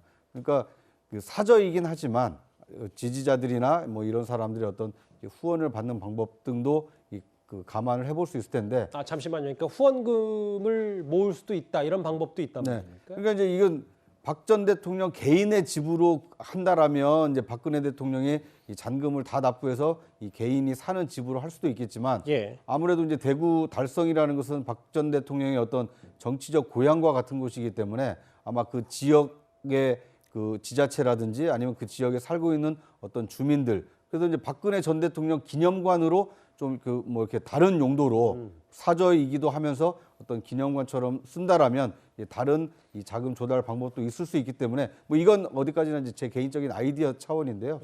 잔금 납부를 고민해야 될 만큼 지금 경제적 사정이 어렵기 때문에 아마 다양한 아이디어들이 쏟아지지 않을까 하는 생각을 해봅니다. 그 달성 주변에 현수막까지 많이 걸려 있고요. 박 전 대통령 환영 메시지도 좀 제법 있는 것 같습니다. 근데 이승우 변호사님, 또 하나의 또 보도를 보니까 보수 유튜버가 아예 멀리 떨어지지 않은 곳에 그 사무실을 내겠다라는 보도까지 제가 접했거든요. 그렇습니다. 가로세로 연구소가 실은 박근혜 전 대통령 얘기를 통해서 많이 또 키운 측면이 있거든요. 그런 측면에서 아마도 박근혜 전 대통령 옆에서 곁에서 또다시 어떤 사업적인 영위를 할 것으로 보여지고요. 실제 가로세로 연구소를 통해서 국민들의 후원금이 많이 박근혜 전 대통령에 대한 후원금이 거쳤다는 얘기도 있고요. 실제 또 책 인쇄 등을 모아서 한꺼번에 같이 집을 구입하겠다 이런 얘기도 있는데요. 뭐 박근혜 전 대통령이 이제 고생을 많이 했고 뭔가 많이 지쳤을 테니까 고향에서 사저에서 좀 몸을 추스리는 그런 시기가 됐으면 좋겠습니다. 이현정 의원님, 이게 환영을 하는 분들도 물론 뭐 제법 저렇게 지지자도 모였습니다만 또 이 주변의 경호라든지 혹은 뭐 소란스러움이 앞으로 동반될 수밖에 없기 때문에 그걸 우려하는 분들도 좀 분명히 있더라고요. 그렇죠. 이게 이제 노무현 전 대통령의 봉화 마을이라든지 문재인 대통령도 곧 양산에 내려가시지 않습니까? 그러니까 정책 팬덤들이 사실은 이제 여기를 어떤 면에서 보면 좀 성지처럼 이렇게 느끼고 이제 벌써 이제 오시지도 않았는데 저렇게 이제 많은 분들이 온다는 것은 앞으로 더 올 수 있다는 것이고요. 문제는 저는 여기에 이 사저 문제가 단순히 와서 어떤 거주할 곳 이상의 좀 정치적인 저는 고려도 있는 것 같습니다. 그게 뭐냐면 제가 듣기로는 이제 아마 서울에 있을 것인가 내려갈 것인가를 두고 좀 양론이 있었다고 그래요.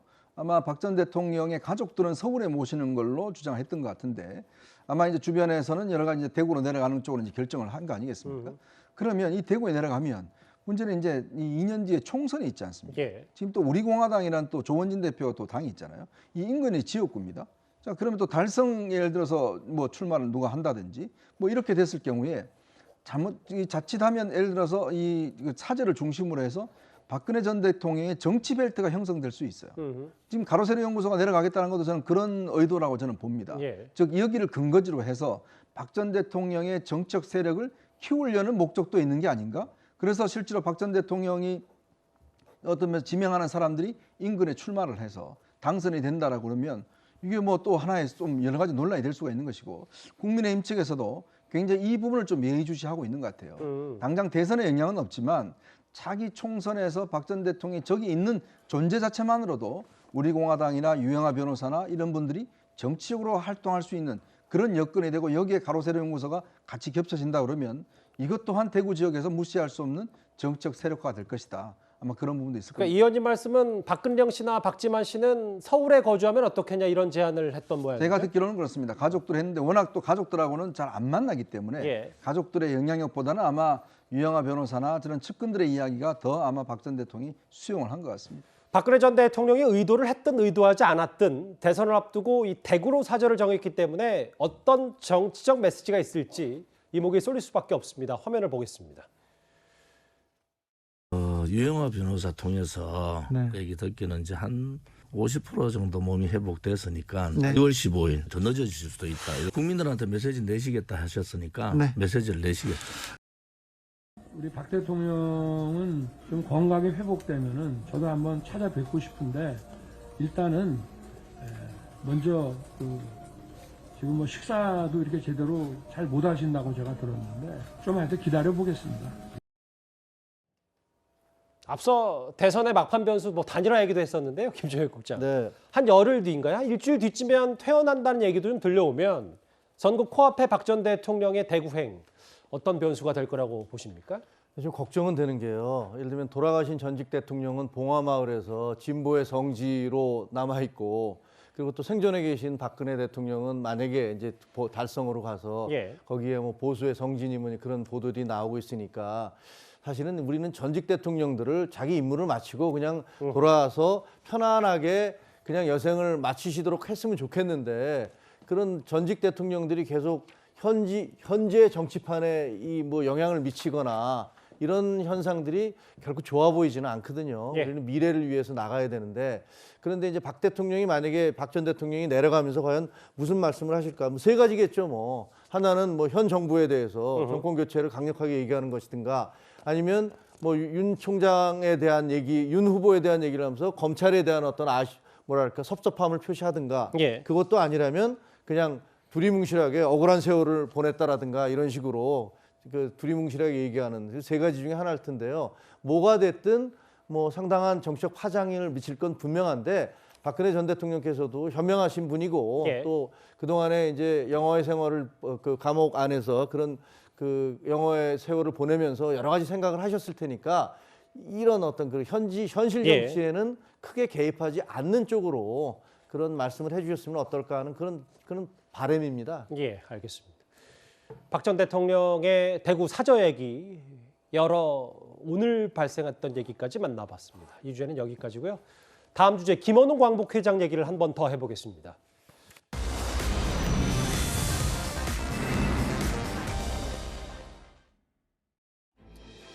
예, 저희가 준비한 8인데요. 독립유공자 자녀들 장학금을 부당하게 쓴 사실이 드러났는데도 사퇴하지 않겠다고 한 김원웅 광복회장입니다. 광복회 다른 회원들이 집단 행동까지 나서겠다 이렇게 말을 하고 있는데요.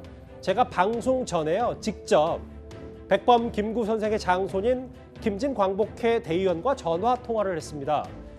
김원웅 회장의 주장과 제가 직접 들어본 김진 대의원의 목소리를 이어서 한번 들어보겠습니다. 한복을 맞췄는데 그걸 찾으러 갔더니 돈이 필요 없다 식으로 했다. 그런 식으로 저한테 좀 잘 보이려고 그런 노력을 많이 했어요. 뒤늦게 제가 편지를 받고 확인하고 그 돈을 자기 돈으로 썼다고 그러니까 주인 계좌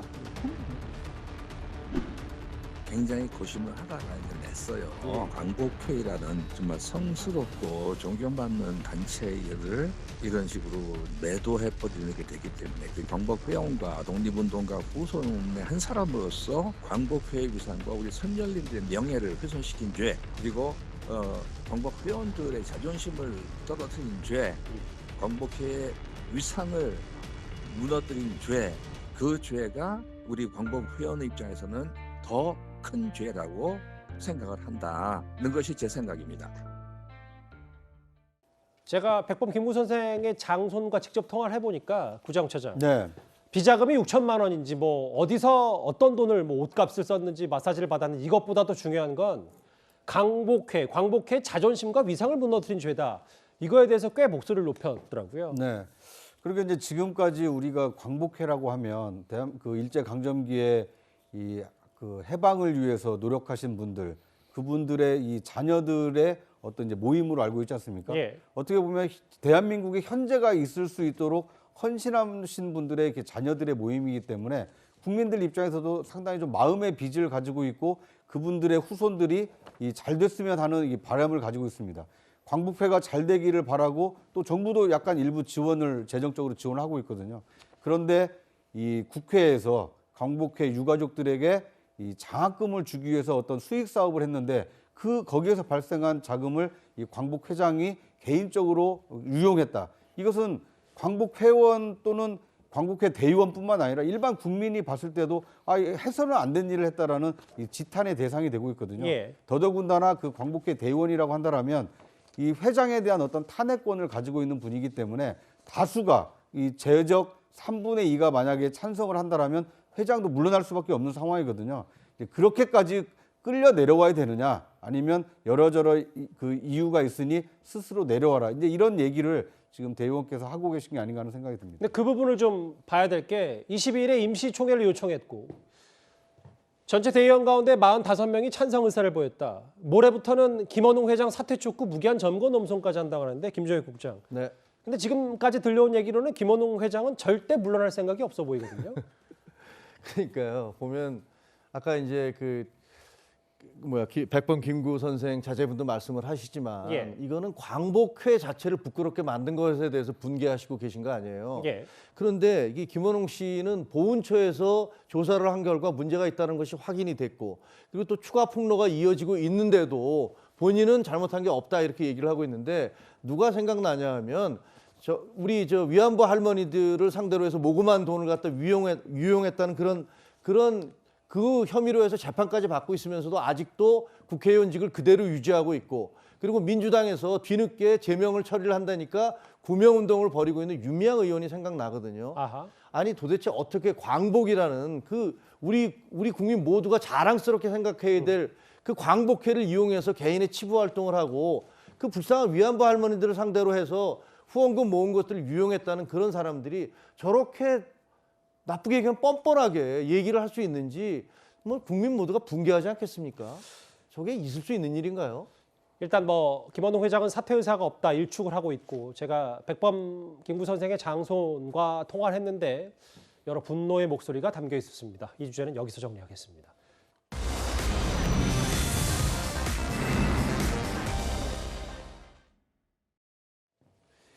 한 사람의 SNS가 삭제됐다가 다시 열린 것뿐인데도 뉴스가 될 수 있습니다. 바로 조국 전 장관입니다. 페이스북이 맨 처음에 들어왔을 때 네. 했고요. 근데 트위터는 2012년 정도부터 하고 있는데 이게 하다 보니까 약간 중독성이 있어서 네. 대선 끝나면 완전히 스톱할 생각을 가지고 있습니다. 동안 기분이 좋죠. 그리고 많은 분들이 그걸 따라해 주시고 또 회자되고 하면 이게 보람이 있구나. 네.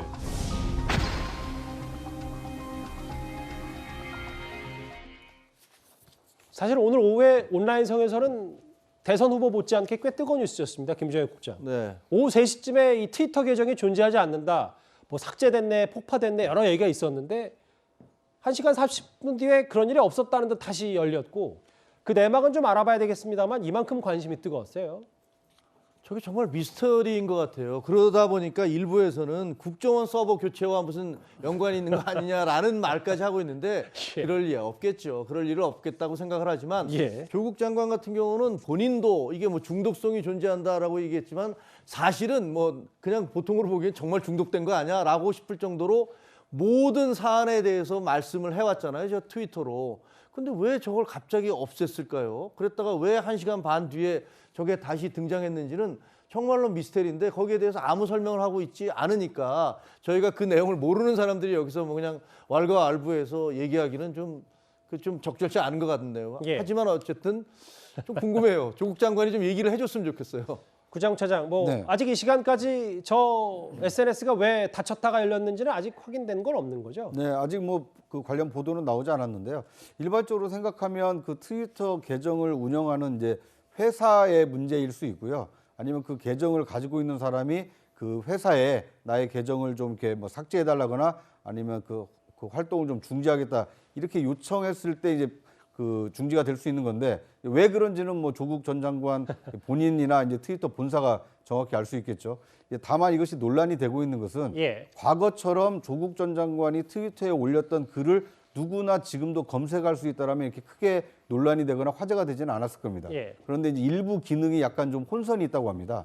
이제 그러다 보니까 뭔가 이게 이 조 전 장관의 어떤 이 주옥 같은 어록들이 더 이상 못 보게 되는 거 아니냐. 이제 이래서 더 많은 대중들이 좀 관심을 갖고 있는 것 같습니다. 그러니까 단순히 전직 법무부 장관의 SNS가 열고 닫힌 문제가 아니라 그만큼 여권 지지자들에게도 사회적 파장이 좀 있고 본인이 과거 했던 말들이 부메랑이 되기 때문에 이게 좀 논란이 됐던 것 같더라고요. 그러니까 이제 검찰 수사가 진행되는 동안 조국 전 장관이 어떤 해명을 했을 때마다 그 해명을 뒤집든 어떤 이 반론의 어떤 증거가 이 조국 전 장관의 트위터에서 많이 나왔기 때문에 뭐 일부 네티즌들은 이제 조국 트위터가 조만 대장경이다 뭐 이런 얘기까지도 했었거든요.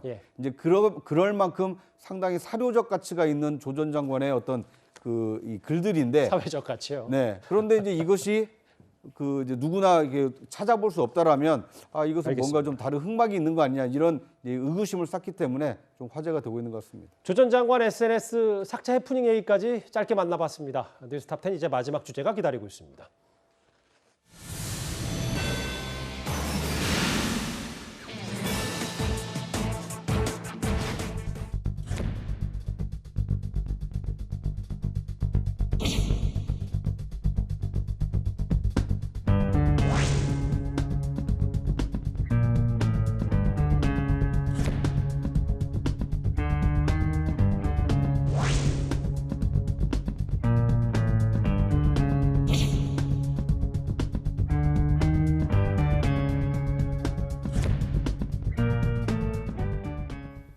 월요일 뉴스탑 10 준비한 소식은 여기까지입니다. 여러분 고맙습니다.